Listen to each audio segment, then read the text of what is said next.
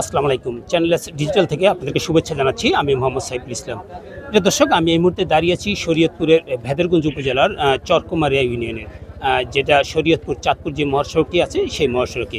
এখানে একটি মানববন্ধনের ডাক দিয়ে 1992 সালে একটি আলোচিত মামলা ছিল, 6 জনের চোখ উঠানোর যে একটি আলোচিত মামলা ছিল, সেই একটি রায় ঘোষণা করা হয়েছে। সেই একটি বিতর্কিত রায়ের কারণে হচ্ছে আজকে ভুক্তভোগী পরিবার এখানে একটি মানববন্ধনে দাঁড়িয়েছেন। আমরা যদি একটু আপনাদেরকে দেখাতে চাই, বাম পাশে যারা এই মানববন্ধনে অংশগ্রহণ করেছেন, এখানে 1992 সালে যে আলোচিত যে মামলাটি ছিল, চোখ উঠানোর যে মামলাটি, সেই বিতর্কিত ওই মামলাটি বিতর্কিত একটি রায়ের মাধ্যমে সন্ত্রাসী নান্টু বাহিনীকে খালাস প্রদান করে প্রতিবাদে ন্যায় বিচারের স্বার্থে উক্ত মামলার বিতর্কিত রায় বাতিল এবং মামলার পুনরায় বিবেচনার দাবিতে আজকে এই মানববন্ধনে দাঁড়িয়েছেন এখানকার ভুক্তভোগী পরিবার। পাশে শত শত লোক আজকে এই রাস্তায় দাঁড়িয়েছেন। আমরা যদি একটু কথা বলতে চাই, যে ভুক্তভোগী সে 1992 সালে যে 6 জনের চোখ ওঠানোর যে ঘটনাটি ঘটেছিল, সেদিন কি ঘটেছিল, আমরা এই বিষয়ে একজন ভুক্তভোগীর সাথে কথা বলতে চাই। আসলে ওই দিন ঘটনাটা কি ঘটেছিল? ওই দিন 10ই ডিসেম্বর বৃহস্পতিবার আনুমানিক সন্ধ্যা 7:50 অতর্কিতভাবে তারা হামলা করে। ওটা একটা জমির দরবার ছিল, সালিশ ছিল। এখন 33 বছর হয়ে গেল। গত 5 তারিখে যে মামলাটা ছিল, যে নান্টু বাহিনী বিভিন্ন ওই দিন ঘটনাটা কি ঘটেছিল, মূল ঘটনাটা কি ঘটেছিল? মূল ঘটনাটা ওই দিন আমাদের 6 জনের চোখ উঠানো ফেলা হয়েছে। হ্যাঁ, তারপর থেকে আজকে আমরা শুনেছি যে আপনাদেরকে দাওয়াত করে ওখানে ভাত খাওয়াইতেছিল, ভাত খাওয়ার আয়োজন করেছিল। আসলে পুরো ঘটনাটা আপনাদের কাছে জানতে চাচ্ছি। ওটা ওই জন্য ওই যে জমি সংক্রান্ত ব্যাপারে ওই দরবারে গিয়েছিলাম। তারপরে কি হলো? তারপরে ওরা অতর্কিতভাবে ওদের সন্ত্রাসী বাহিনী নান্টু এবং সন্ত্রাসী ও কার্যক্রমে বিভিন্ন কাজের সাথে জড়িত ওরা আমাদের এলোপাতারিভাবে মারধর করে। এরপরে আমাদের চোখ উঠাইয়া ফেলে। এখন আপনারা কি চাচ্ছেন এখানে? এখন আমরা চাচ্ছি দীর্ঘ 33 বছর যাবৎ এ মাসের 5 তারিখে শুনলাম বেকসুর খালাস। এমন আলোচিত মামলা আমাদের ন্যায় বিচারের স্বার্থে পুনরায় আমরা দাবি জানাচ্ছি আপনাদের মাধ্যমে, পুনরায় যেন আমরা এই সুবিচার পাই। এই জন্য আমরা মানববন্ধনের সাথে জড়িত। এই জায়গায় আমরা আজকে উপস্থিত হয়েছি।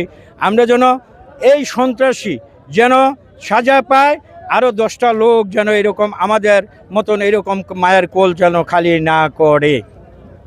ধন্যবাদ। আমরা আরেকজনের সাথে কথা বলতে চাই, আর একটা ভুক্তভোগী যে পরিবারের এক সন্তান এখানে দাঁড়িয়ে আছেন। আমরা তার কাছে জানবো যে আসলে আপনারা আজকে যে মানববন্ধনে আপনারা দাঁড়িয়েছেন, এই মানববন্ধন থেকে আপনারা কি চাচ্ছেন? আমরা চাচ্ছি যে আদালত কর্তৃক যে বিতর্কিত রায় দিয়েছে, এটা হচ্ছে খারিজ করে যে প্রধান আসামি ছিল যে নান্টু ঘটনার মূল যে ঘটিয়েছে পরিকল্পিতভাবে এই ঘটনাগুলো, যাতে ও হচ্ছে এই অঞ্চলে আবার ওর সন্ত্রাসী কার্যক্রম চালিয়ে যেতে পারে। তো ওর বিরুদ্ধে হচ্ছে সাধারণ জনগণ সব এক, কিন্তু ও হচ্ছে যে রাজনৈতিক প্রেক্ষাপট এখন, ওই সময়ে এই রাজনীতি এই মামলার সাথে অনেক ব্যক্তিবর্গ জড়িত ছিল। তারা বিভিন্ন সময় আওয়ামী লীগের সময় সুবিধা নিয়ে ওরা নিজেদের নাম এই জায়গা থেকে সরায় নিছে। ও যেহেতু বিএনপি করে, ওর ভাই বুলুমাল এই মামলার সাথে জড়িত ছিল, ও আওয়ামী লীগের রাজনীতির সাথে জড়িত ছিল, ও নিজের নাম যে কোনোভাবে সরায় নিছে। এই নান্টু মালত থানা বিএনপির সাথে জড়িত, বিএনপির রাজনীতির সাথে জড়িত।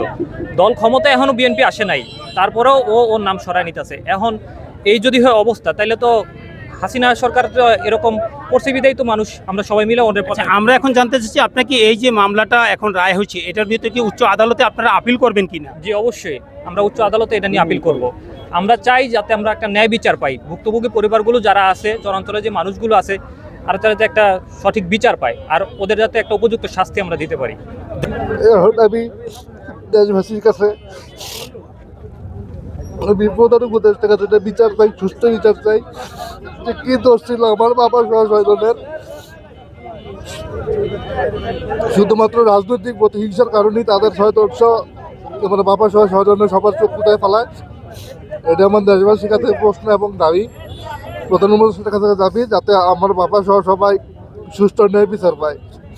কিছুদিন আগে শুনলাম 5 তারিখে মামলা, রাজনৈতিক মামলা ঢুকে মামলা খালাস করে দেয় এবং প্রধান আসামি নান্টুর সহকারে যত নান্টু বাহিনীর সবাইরই খালাস ঘোষণা করে সবাই মুক্ত করে দেয়।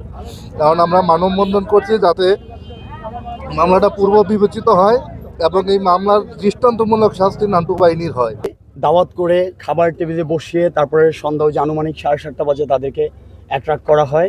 দেন তাদের এই 6 জনের চোখ এই যে উঠায় নেওয়া হয়, এটা সুস্থ একটা বিচার এই গভর্নমেন্টের কাছে আসা, এটাই আমাদের চাওয়া। আজকের যে এত মানুষ, এত মানববন্ধন, এটার মূল একটাই হচ্ছে এটা সুস্থ বিচার চাওয়া। এটা রাজনৈতিক বিবেচনায় খালাস হয় কিভাবে? এটা তো 17 বছরের মামলা না যে আপনি রাজনৈতিক বিবেচনায় মামলাটা খালাস করবেন। আর এটা যখন করছে, মামলাটা যখন হয়েছে তখনও তো বিএনপি ক্ষমতায়। এটা তো এমন না যে বিএনপি ক্ষমতায় ছিল না, আওয়ামী লীগ ছিল, এই কারণে মামলাটা ভুল মামলাটা হয়েছে, তারপরে এই মামলাটা হয়েছে। এটা তো বিএনপি ক্ষমতায় মামলাটা হয়েছে, তাহলে এখন কেন এই মামলাটা বিএনপির নেতারা এবার সারফাইয়া যাইব? এই আলোচিত সেই 32 বছর আগের যে মামলাটি, সেই মামলাটি কি রাজনীতিভাবে রূপান্তরিত করে এই মামলা থেকে যে ভুক্তভোগী যে আসামিরা ছিল সেই আসামিরা খালাস নিয়েছেন। এখন ভুক্তভোগী পরিবারের দাবি যে এই মানববন্ধন থেকে তারা যেটা আমাদেরকে জানিয়েছেন যে তারা উচ্চ আদালতে যাবেন, উচ্চ আদালতে গিয়ে এই প্রকৃত বিচারের যে রায়টি সেই রায়টি তারা চাচ্ছেন। Mohammad Saiful Islam, channel S, Shariatpur.